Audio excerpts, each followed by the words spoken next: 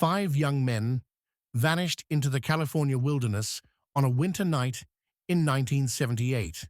And what happened next reads like something straight out of a horror movie, except this nightmare was completely real. You know what's fascinating about this case? These weren't just random people who got lost. They were all part of this special vocational program, and each had their own unique challenges they were dealing with. That's right. Let me paint the picture here. Gary Mathias was managing schizophrenia and had served in the army. Theodore Weir, the oldest at 32, had the mind of a child. Jack Madruga was a Vietnam vet. They all found connection through their basketball team. So what exactly happened on that February night? They went to watch a basketball game at California State University, right? Yeah, and here's where it gets strange. They were seen after the game, buying snacks at a store, totally normal behavior.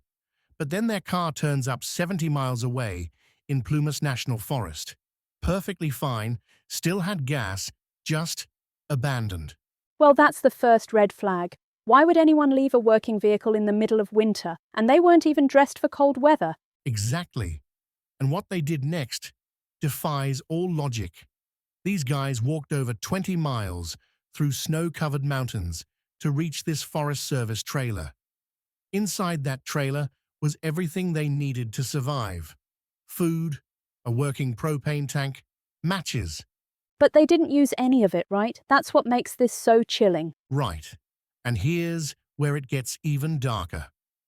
Theodore Weir's body was found months later in that trailer, wrapped in 8 blankets. He had clearly lived for weeks, slowly starving to death, despite being surrounded by food and supplies. The locations of the other bodies tell such a disturbing story too. Jack Madruga and William Sterling were found relatively close together, victims of animal predation. Jackie Hewitt's remains were discovered by his own father. And Gary Mathias? His case might be the most mysterious of all. All they ever found were his shoes in that trailer.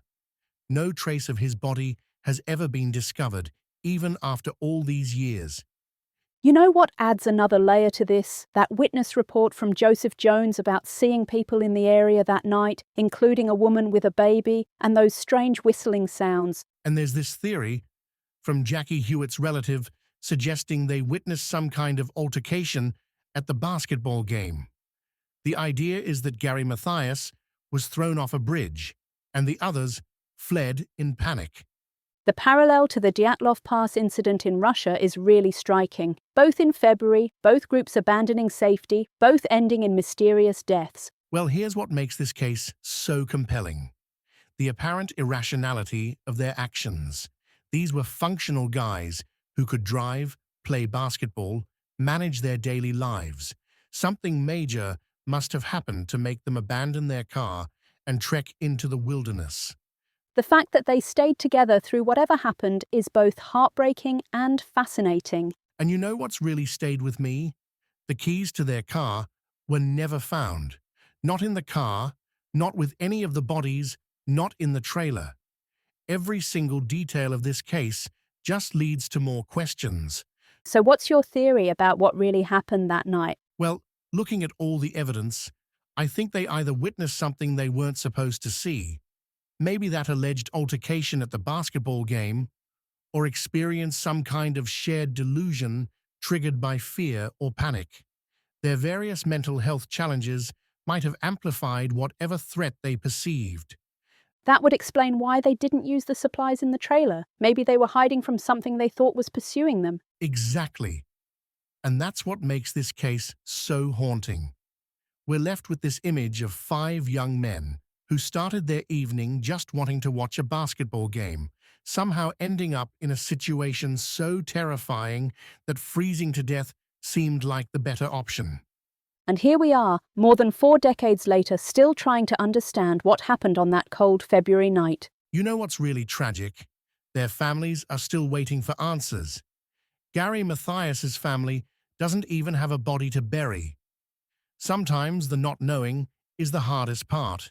And in this case, that's all we have. Questions without answers. Theories without proof. and a mystery that continues to haunt anyone who encounters it.